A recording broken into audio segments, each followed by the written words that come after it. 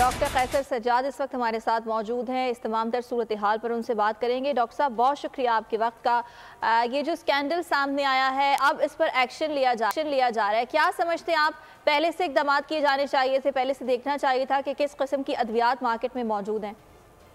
जी, बहुत शुक्रिया आपका। बिल्कुल मालूम करना चाहिए, जो कि कई सालों से इस पे बात होती है।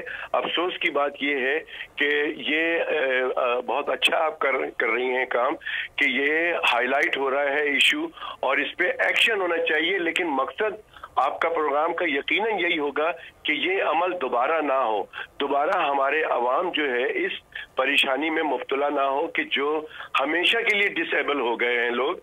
इतनी गलत ये प्रॉब्लम हुई है, इतना सीरियस इशू है ये।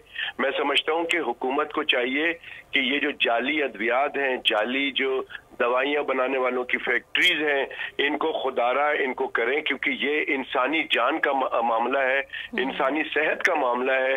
तो इसको फौरी तौर पर इसको देखना चाहिए और कुछ सजाएं दी भी जाएं और उसको इम्प्लीमेंट भी की जाएं।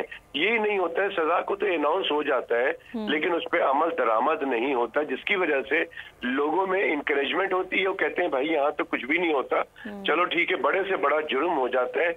और मैं समझता हूँ कि इससे बड़ा जुर्म नहीं है कि किसी की बीनाई चली जाए, और वो भी ऐसी जगह पे पाकिस्तान में ऐसे बड़े शहर में कि जहां पर के लोग जो है ये तवक्को करते हैं कि जी हमारा यहाँ इलाज बहुत अच्छा होगा और हमें यहाँ से फायदा होगा।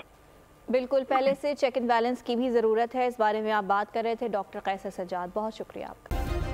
सब्सक्राइब करें और बेल दबाएं ताकि कोई खबर रह न जाए।